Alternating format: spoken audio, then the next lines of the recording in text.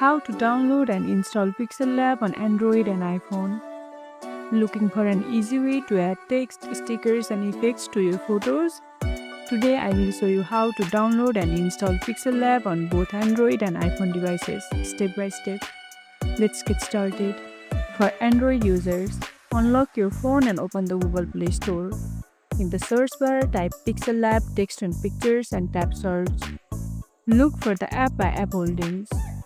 Tap install and wait for the download to finish. Once installed, tap open or find it on your home screen. Now you are ready to start creating awesome designs. For iPhone users, important note, PixelLab is not officially available on App Store for iPhones. However, you can use some alternatives like Phonto, Canva, Typorama or Pixar.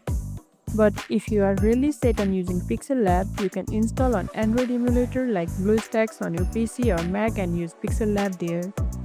So that's how you can download and install PixelLab on Android and what to do if you are on iPhone. If you found this tutorial helpful, don't forget to like this video, subscribe and tap the bell icon so you never miss an update. See you in the next one.